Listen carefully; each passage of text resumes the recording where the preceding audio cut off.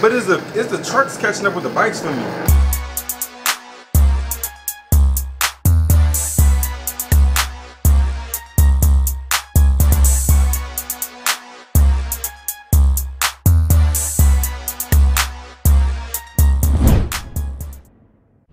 What's good, y'all? It's the Demouchets React, and we're back with another video. Who we got today, C?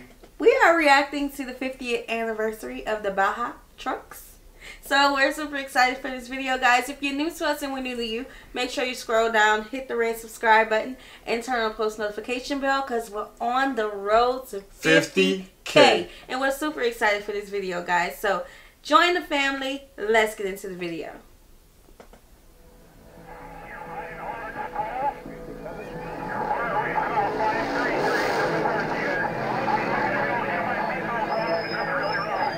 Come on, man. Yo, the inside looks so dope. Like, man. I'll be showing more of that. 50th anniversary? Okay. Well, we've been missing. Okay, so we look like we're in like the desert. Yeah.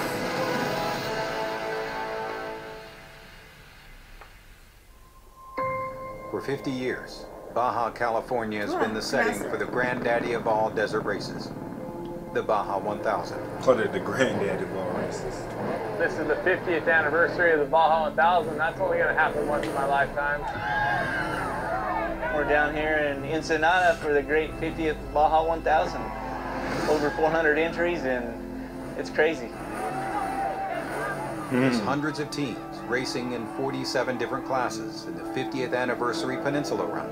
Yo, these trucks is clean. But the trophy truck class is at the top of the food chain, boasting over 800 horsepower, 40-inch tires, and over 3 feet of wheel travel.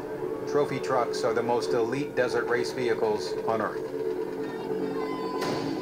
This year, motorcycles took off 10 hours ahead of the trucks and are almost halfway through their race. Wait, what you mean? 10 hours? Whoa, wait a minute. What's going on? Have Robbie or BJ go below and by. At 10 a.m., Robbie Gordon in the number 77. Hold on, man. We did some traveling before. I mean, the longest we drove was what, 12 hours maybe? 19 hours? We did 19-hour drive. Yeah. These guys drove. They doing it straight. No, it sound like no brakes. The bikes take off before them, and they're already 10 hours ahead. They're racing the entire peninsula.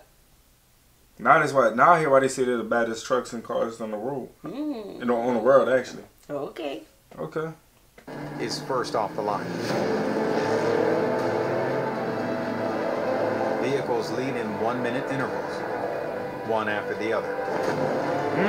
Ford. Starting in 11th position this year is the number 19 trophy truck of Tim Herbst. 50 years of this mystique Baja Peninsula.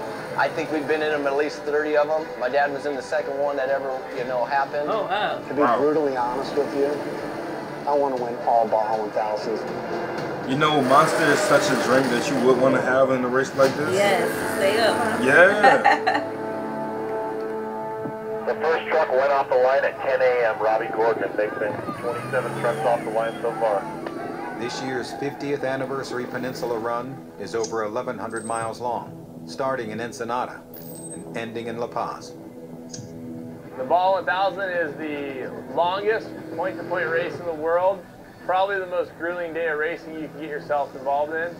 Incredibly rough, but incredibly beautiful. You get to see Cortez, Pacific Ocean, and everything Baja has to offer, including epic fans cheering you all the way down the peninsula. All the way down the whole racing in the hammer class. It's two-time Ultra 4 world champion Casey Currie. There's so many good drivers. At least they have a good view.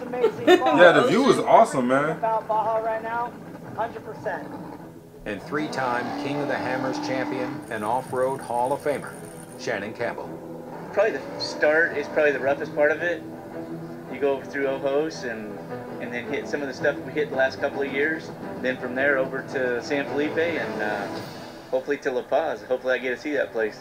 Trophy trucks can take on 5-foot wolves at speeds upwards of 100 miles an hour, and in the wide open washes and dry lake beds, some can exceed 140. The trophy truck is like the ultimate dream machine.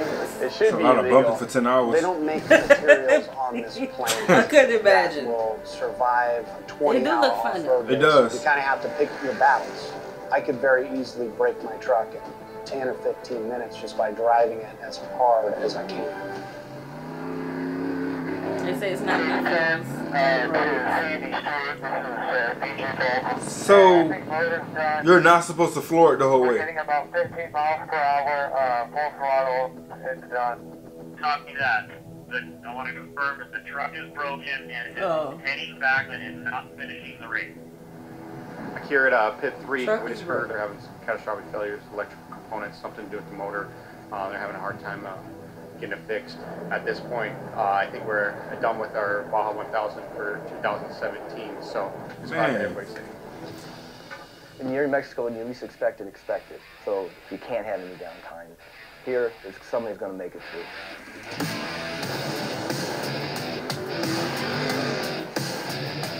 They're basically risking their trucks.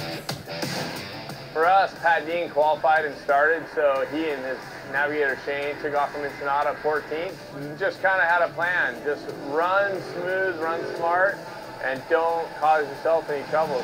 Where the gas stops at? Know about that. How the tanks work? Like well, that's a remote. Cause an issue, you've already lost your so race. maybe along the way, really you get to stop and they do it for you. Figure out who's around you, where you're at, and then you can start stepping up and going. Just really start racing. And I'm saying like I know. Yeah, like you've been there, huh? Patience is a really important thing in an endurance race like this. You know, you can't win in the first 100 miles, you know, so for me, patience is the best. Patience achieved. The transition from day to night is pretty trippy because really, if you've been in the car for a while, or even if you haven't, the shadows are incredible, and there's people everywhere. You wouldn't believe how many people are along 500 miles of race course. Muy buenas carreras. Good racing. But all of a sudden, the car goes, you know, they're like, looks like people are waving at you, they're shifting. It's just like plays tricks on you. When Like, it's you dark, think you I see know stuff it's running dark. around. Remember when he was driving the deserts? The dust at night it's insane, you know, and you turn the lights on and the dust, you know what I mean, it just turns into a white wall, and the older you get, the harder it is to still see through the dirt. You got to have that awareness around you that at any second you can get a surprise. Dude, we had 100 miles of looks. It was insane. The terrain. So it does get a little crazy at night with all these bumps and darkness and. We had all. The race isn't meant to be easy. 105 mile an hour, and you're running through there. You could get a bike who stopped, the truck could stop. There's so many things that you can hit out there, so it's kind of sketchy when you're sitting there just driving. Hopefully, there's nobody in front of you. You got no lights in front of you to guide you. You just doing it like. Move out the way. The bike is supposed to be gone already. Weatherman Diablo, do you have any information for Honda Relay, lead bike? And the thing, 1X is battling it out in the front from what we heard with 45X. Ooh, he done caught up with him. While bikes in back of the pack make way for trophy truck leaders, the number 1X bike of Ox Motorsport makes an epic comeback, passing 45X within 50 miles of the finish line. The bikes, they're on a bike. The trucks is the actual car, you know? Yeah, but I'm saying if a truck hit another truck, they hit the truck. Got you you, hit okay. a bike, you hit the person. Right. 75 miles, and I led it the last 50, and it ain't over till it's over. Due to a last-minute speed infraction, it's a celebration of even making it. Score officials taxed the 1X team with a 30-minute penalty, setting them back into an official second place. And as more and more lead bikes roll through the finish line at La Paz, trophy trucks have only made it halfway through their race, rapidly approaching the next pit. 457. What mile are we at? It's only 80 miles away, man. Right now we're at 6 physical. We're 8 minutes out of the lead on corrected time going through LA Bay. So we're about 20 minutes behind. They're trying to meet a time? Sound like it.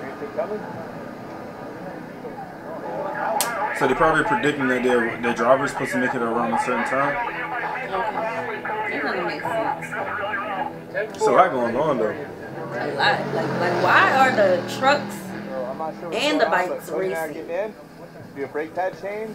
Hopefully have just a great clean run. When I start getting in, y'all don't step on the brakes. I guess they gave the bikes a head start because the bikes are going to be a little slower. have no idea. But the bike's got 10-hour jump start, he said? Yeah. But is the trucks catching up with the bikes for me? Like how? Like on the tracker, this is 3 different. is first, 1 is second, 7 is third, 16 is fourth. This do look like fun. I can see why the people are all out late at night, you know. First of all, for safety, making sure that the people get there. Right.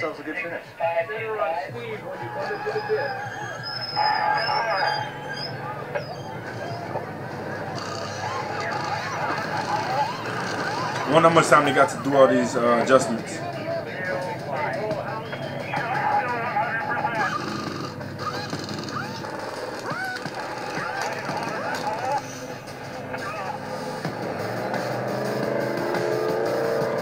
Pretty sure he got some gas there.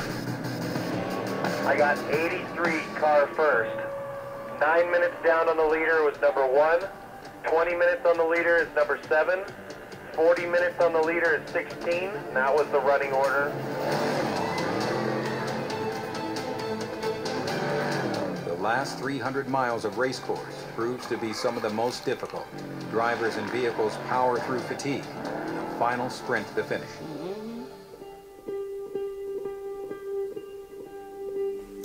Sunrise over the desert is beautiful. Yes. It is like cold. We seen it. It's cold. Yeah. Yeah, we seen it was what, heading to Cali? Yeah. 20 hours after leaving the start in Ensenada, and over 1,100 miles later, the first trophy truck makes its way through the checkered flag in La Paz. Go sleep good tonight. Our second trophy truck overall on course, making his way not too far out of town.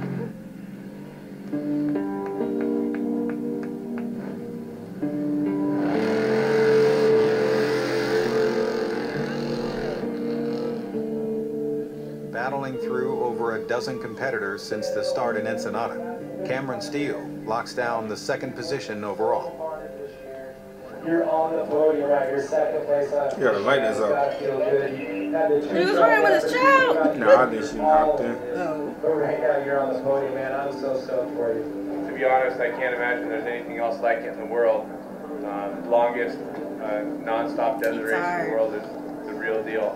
Tired. After losing the number 19 truck to a mechanical failure early in the race, Tim and Troy Herbst focused their efforts on their number 91 truck, and in just over 22 hours and 23 minutes, the Herbst team crosses the finish for an official 6th place overall. From the start line to the checkered flag, it was memorable. Very happy to be here. We're very happy to be part of the. How many hours did this take? 22 hours? I'm not sure no more. I gotta recap. Babe, you could do this. Huh? You drove 19 hours. Supposed to be easy, so a lot of people get to the finish. You could do it this. Was the gnarliest ball 1000 I've ever even been around. Yeah, but they got like these roads that's built different. It's not no cruise. So we think we finished 20 and then towards the end of the race, and at the end of the race, it gets a little more difficult. That is pretty sick. I race off-road because my family got me into it, and the reason why I stay in it for 35 years is because Baja is a part of my family, part of our culture, and the people of Baja are so awesome. You can't really put into words what Baja is and off-road racing, but together they're magic.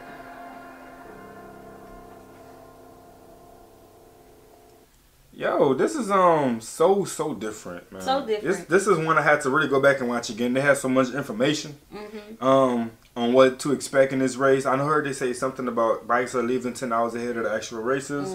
The racers leave a minute apart. Yeah. So it's like it's a lot going on, but I like this. This is different. The models and the cars is dope. Really dope. Yeah. This was our first time seeing a race where it was two different types of vehicles racing each other. And this was like a long race. 22 hours. You're traveling. That's you really traveling now. And then you're not traveling on like regular roads. Well, I guess we have seen this type of road during the rally racing. But you know, the rally racing, that was what, a couple minutes or a couple hours. This was like a full day. At the end of the race, these people are tired. Sun up, sun down. Yes. And then they're traveling through the desert. Like, This was different, y'all. It was a smoke at night that turns into a white wall for me. The dust? Yeah. Yeah. Ugh. I know that's challenging. Yeah, we have driven through the desert before, and there's no lights. Really, like, your car is the light. So really. Imagine one of your lights going out. Yeah, and I seen one actually. He put up. He had just one headlight that was on. Man, that was different. Let's continue this conversation down in the comment section below. Like this video, subscribe, turn on the post notification bell. Make sure you join the family because we're on the road to 50K. You want to be a part of the good news that we have coming very soon when we reach that milestone. All right. And we have enabled our super thanks if you would like to support the channel that way. We'll see y'all soon. Peace.